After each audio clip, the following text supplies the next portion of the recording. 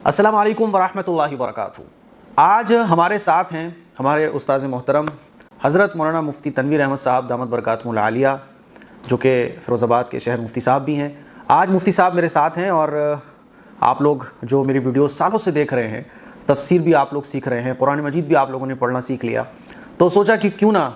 آج مفتی صاحب سے کچھ گفتگو کی جائے۔ مفتی صاحب، دل سے آپ کے شکر گزار ہیں کہ آپ نے ہماری دعوت کو قبول کیا اور یہاں تشریف لائے۔ وعلیکم السلام ورحمۃ اللہ وبرکاتہ۔ بہت سارے آج سوالوں کے جواب ہم مفتی صاحب سے جاننے والے ہیں۔ مفتی صاحب، سب سے پہلے تو آپ کی خدمت میں ایک سوال جو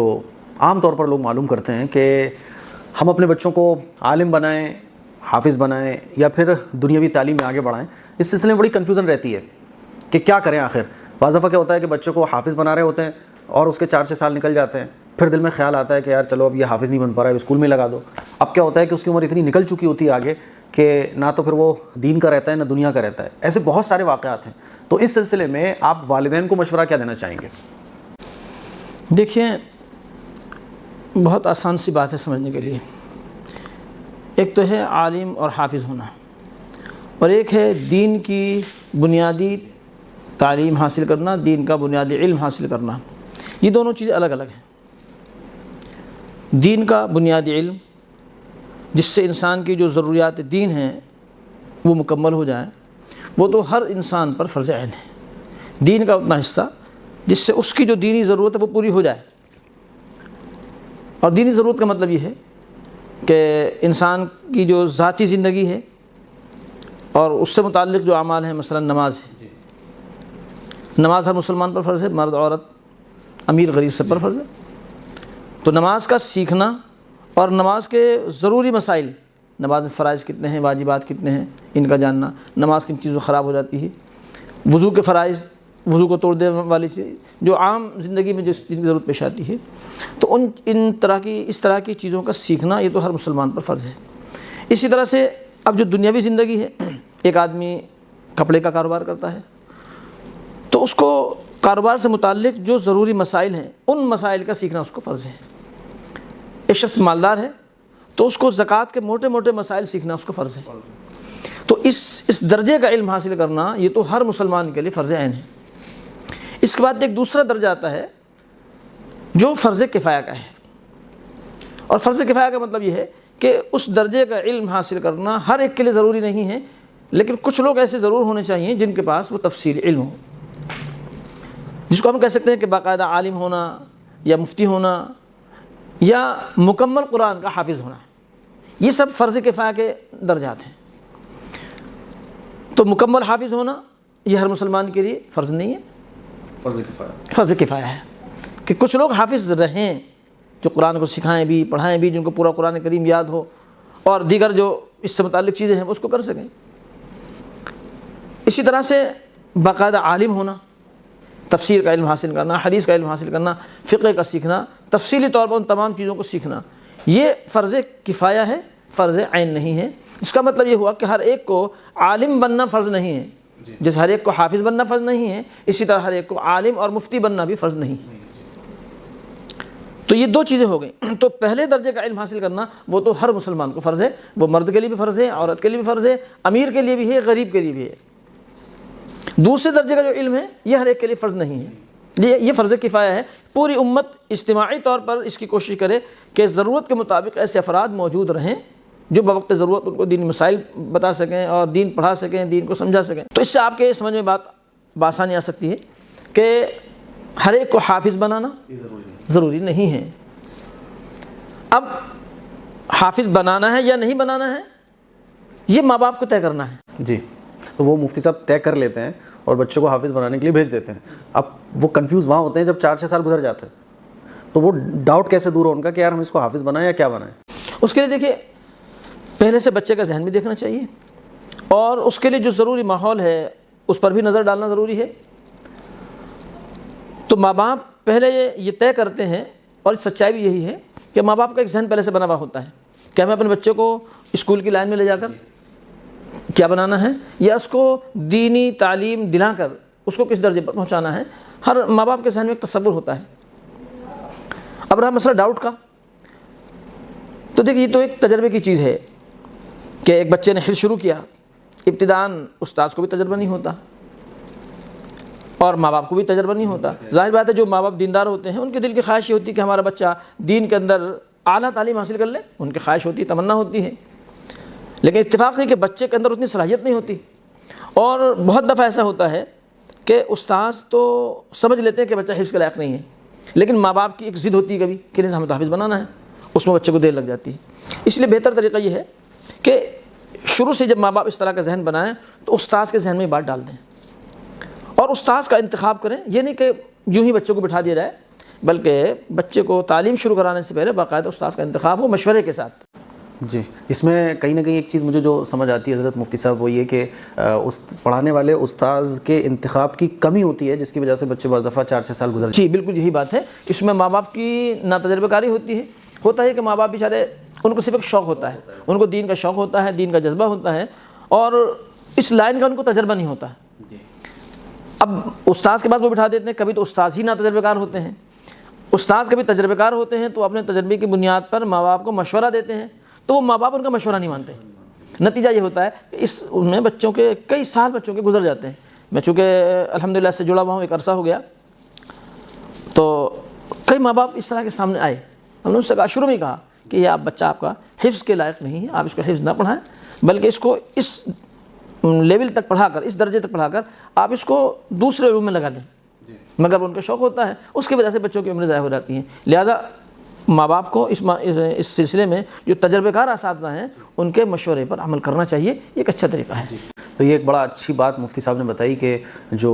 اہل علم ہیں, خاص طور پر جو اس فیلڈ کے ماہر ہیں, جیسے مان لیجیے آپ بچے کو حافظ بنانا چاہتے ہیں تو کچھ دن بچے کو آگے پڑھا کر دیکھ لیں اور تجربہ حاصل کریں, استاد سے معلوم کریں, تو انتخاب ایک بڑی ضروری چیز ہے. مفتی صاحب کے بارے میں ماشاءاللہ ایک بڑی اچھی بات میں آپ کو بتانا چاہتا ہوں کہ جہاں میں نے مفتی صاحب سے حفظ کیا, اور وہیں ایک بڑی خاص بات جو مفتی صاحب کے بارے میں شاید بہت کم لوگ جانتے ہوں کہ مفتی صاحب کے ماشاءاللہ 5 بچے ہیں, 3 بیٹیاں 2 بیٹے, اور الحمدللہ بہت کم عمر میں مفتی صاحب کے 5 بچے ماشاءاللہ حافظ قرآن ہو گئے. 3 بیٹیاں ماشاءاللہ مفتی صاحب کے حافظ قرآن ہیں, 2 بیٹے مفتی صاحب کے حافظ قرآن ہیں, عالم اور مفتی بن رہے ہیں. تو مفتی صاحب بڑا عجیب لگتا تھا جب اتنے چھوٹے چھوٹے بچے حافظ اور حافظہ,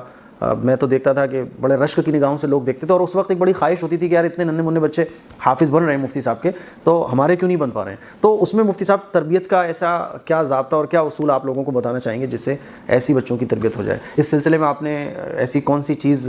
اپنائی جو لوگوں کے لیے بڑے فائدہ مند ثابت ہو سکتی ہے؟ دیکھیے, ایک بات تو میں نے ابھی شروع میں عرض کی تھی, ماحول کا اس میں بڑا دخل ہے. مجھے یاد ہے ہماری بڑی بیٹی جب وہ کھیلتی تھی اور بہت چھوٹی تھی تو ابھی اس کا نورانی قاعدہ شروع نہیں ہوا تھا, یعنی باقاعدہ اس نے پڑھنا شروع نہیں کیا تھا, لیکن ہم نے اس زمانے میں ٹیپ ریکارڈ چلتے تھے جی, تو والسماء ذات البروج تک, یعنی آدھے پارے سے زیادہ اس ٹیپ ریکارڈر کے ذریعے ہم نے الحمدللہ اس کو قرآن حفظ کیا. وہ جھولے پر بیٹھی رہتی تھی اور ہم ایک سورت چھوٹی سی لگا دیتے تھے,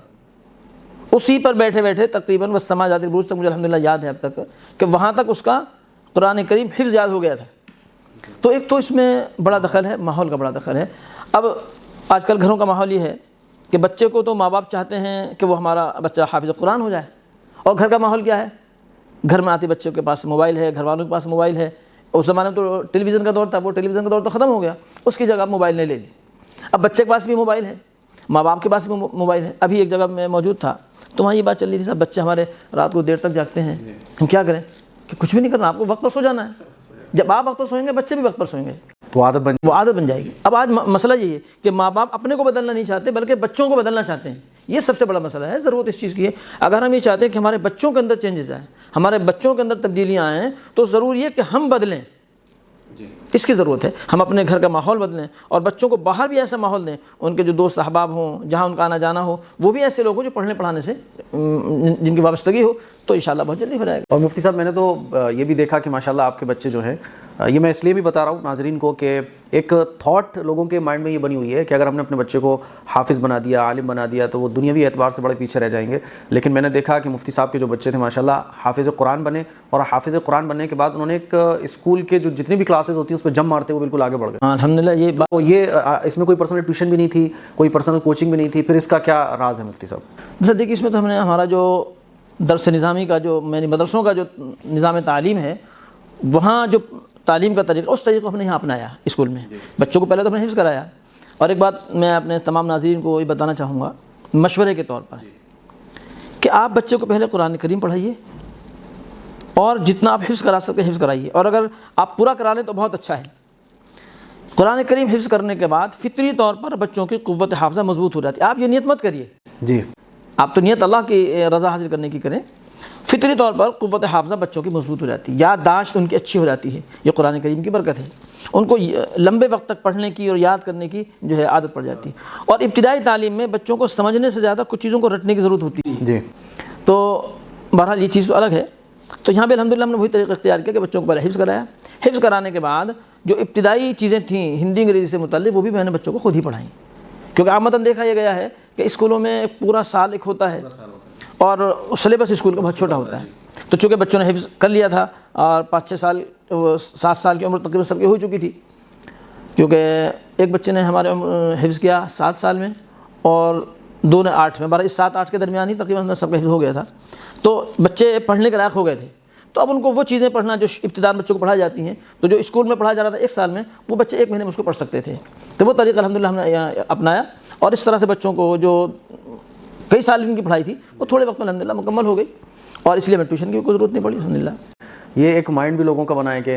بچے جیسے ہی 3-4 سال کے ہو جائیں، 2.5 سال کے ہو جائیں، جیسے ہماری آفیہ 2.5 سال 3 سال کی ہو گئی تو لوگ ارے ابھی تک اسکول نہیں جاتی، ابھی تک اسکول نہیں جاتی، حالانکہ یہ ماحول صرف مسلمانوں کا بن رہا ہے۔ میں ایک ڈاکٹر صاحب ہیں، بڑے ڈاکٹر صاحب ہیں، ان کے پاس جب گیا تھا آفیہ کو دکھانے تو وہ مجھ سے کہنے لگے بچی اسکول جاتی ہے، تو میں نے ان سے کہا کہ ڈاکٹر صاحب میں اس عمر میں بچے کو اسکول بھیجنے کے قائل نہیں ہوں کیونکہ بچوں کے ساتھ ظلم ہے۔ تو انہوں نے فوراً کہا کہ آپ کی بات سن کے مجھے بڑی خوشی ہوئی، میں بھی یہ قائل نہیں ہوں اس بات کا کہ بچوں کو اسکول بھیجا جائے، بلکہ 6-7 سال تک بچوں کو خود ہی پڑھایا جائے۔ تو اس وقت میری ان سے جو چیک اپ تھا وہ تو بیچ میں رک گیا، اس سلسلے میں بات ہوتی رہی، لیکن یہ بات ہمارے مسلمانوں کو سمجھ نہیں آتی ہے۔ 2.5 سال 3 سال بلکہ بعض دفعہ تو 2 سال کے بچوں کو 4 6 گھنٹے اسکول میں ڈال دیا جاتا ہے۔ اور ٹیچر سے جب میں کہتا ہوں کہ یار پڑھائی کیسا لگتا ہے آپ کو بچوں کو پڑھانے میں، تو کہتے ہیں کہ بچے بھی بور ہو جاتے ہیں، ہم بھی بور ہو جاتے ہیں۔ تو مفتی صاحب کس عمر میں بچوں کو اسکول بھیجنا چاہیے، اس سلسلے میں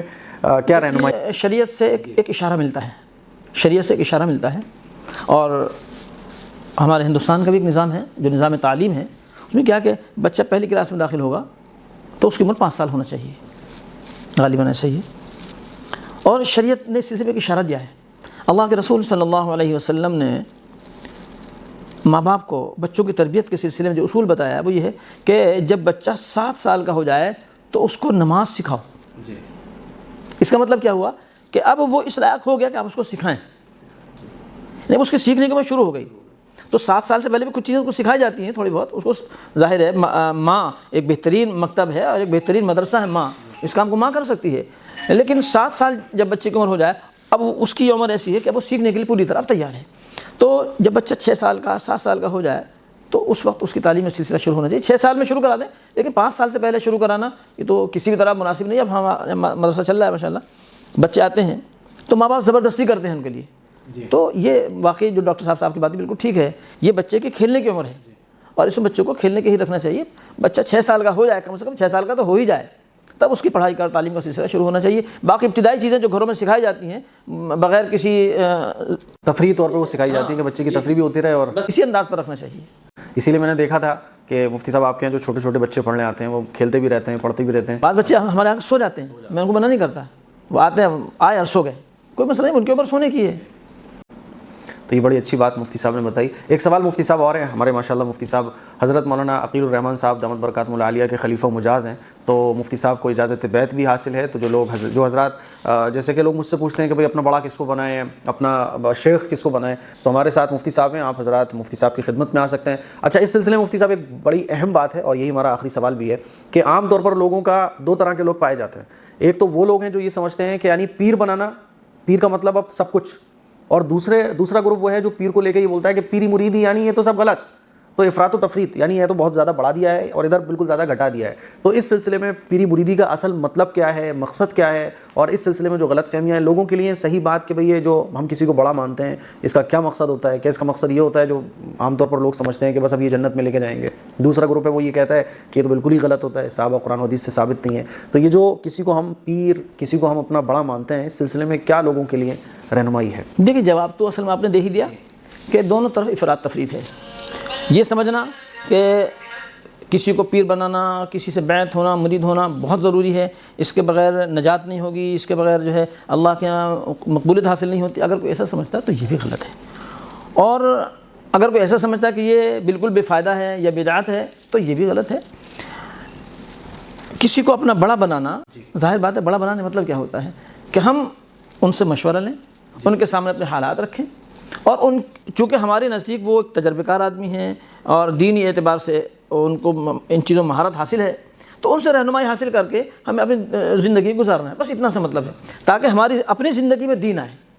ہماری اپنی زندگی میں دین، اس کا مسئلہ ہمارے نفس کی اصلاح ہو، کیونکہ بہت ساری چیزیں ایسی ہیں جن کو آدمی خود کتابوں سے پڑھ کر بھی حاصل نہیں کر سکتا، اس کے لیے ضرورت ہوتی ہے کسی پیر کی، کسی کو شیخ بنانے کی، کسی کو اپنا بڑا بنانے کی، اور جو اصلاح نفس ہے وہ شیخ کے ذریعے ہوتی ہے۔ میرے اندر تکبر ہے، اس تکبر کا آدمی خود علاج نہیں کر سکتا، ورنہ اس کو خود سے سمجھ سکتا ہے، وہ تو کوئی ماہر آدمی بتائے گا کہ آپ کے اندر تکبر ہے۔ اور اس کی ایک بڑی موٹی سی مثال یہ ہے کہ جیسے کھانا بنانے کی ڈشز لکھی ہوتی ہیں، اس کو پڑھ کے کوئی کھانا بنانا اچھا نہیں سیکھ سکتا، شیف نہیں بن سکتا، اس کا کورس اسے کرنا پڑتا ہے۔ میڈیکل لائن کی کتابیں لکھی ہوئی ہیں لیکن اسے پڑھ کے کوئی MBBS ڈاکٹر نہیں بن جاتا، باقاعدہ اس کے لیے پھر الگ سے 6 مہینے کا وقت لگانا پڑتا ہے ڈاکٹروں کے، اور ہر جگہ یہی نظام تعلیم میں بھی یہی ہے۔ آپ دیکھیے ہمارے ملک کا جو نظام تعلیم ہے، اور غالباً دوسری جگہ بھی یہی ہوگا کہ آپ پڑھ لیں، آپ نے خوب پڑھ لیا، لیکن اگر آپ ٹیچر بننا چاہتے ہیں تو اس کے لیے آپ کو باقاعدہ ایک کورس کرنا پڑتا ہے، حکومت کی طرف سے آپ کو ایک سند جو ہے ملتی ہے کہ ہاں اب آپ پڑھا سکتے ہیں، اور اگر آپ نے وہ سند نہیں لی تو آپ ٹھیک ہے پڑھا لیں، لیکن اصولی طور پر آپ ابھی پڑھانے کے اہل نہیں ہیں، تو ہر جگہ یہی طریقہ ہے، تو دین میں بھی یہی ہے۔ تو جیسے کہ ابھی کچھ دن پہلے ایک ویڈیو وائرل ہوئی تھی کہ شادی میں کھانے کے پیچھے بڑے جھگڑے چلے تھے، لیگ پیس کے پیچھے، کھانے کے پیچھے، تو یہ جو اندر کی برائیاں ہیں وہ شیخ بنا کر ہی اندر سے نکلتی ہیں۔ اور آج جو مفتی صاحب کو ہم نے اپنے پوڈ کاسٹ میں بلایا اور مفتی صاحب سے اتنی ساری باتیں سیکھی، اس کی وجہ یہ ہے کہ الحمدللہ جو علم کا پودا آپ لوگ سوشل میڈیا پہ دیکھتے ہیں، قرآن مجید آپ نے پڑھنا سیکھا، مسائل آپ لوگ سیکھتے ہیں، تفسیر بھی سیکھ رہے ہیں، تو یہ جو تمام علم کی جو نورانیت آپ لوگ دیکھ رہے ہیں، جو اتنا بڑا درخت ہو چکا ہے جس میں تقریباً 40 لاکھ لوگ الحمدللہ جڑے ہوئے ہیں، وہ مفتی صاحب کی برکت ہے اور وہ مفتی صاحب کی محنت ہے، وہ مفتی صاحب کی دعاؤں کا نتیجہ ہے۔ اسی لیے آج ہم نے سوچا کہ برکتاً مفتی صاحب کے ساتھ ہی پہلی پوڈ کاسٹ ریکارڈ کی جائے، تاکہ یہ سلسلہ بھی انشاءاللہ آگے بڑھتا چلے۔ اللہ تعالیٰ آپ سے خوب دین کا کام لیں، خوب زیادہ سے زیادہ آپ کے ذریعے لوگوں کو نفع پہنچائیں، اور آپ کے ذریعے لوگوں کی رہنمائی کے راستے اللہ تعالیٰ مزید کھول دیں۔ السلام علیکم ورحمۃ اللہ وبرکاتہ۔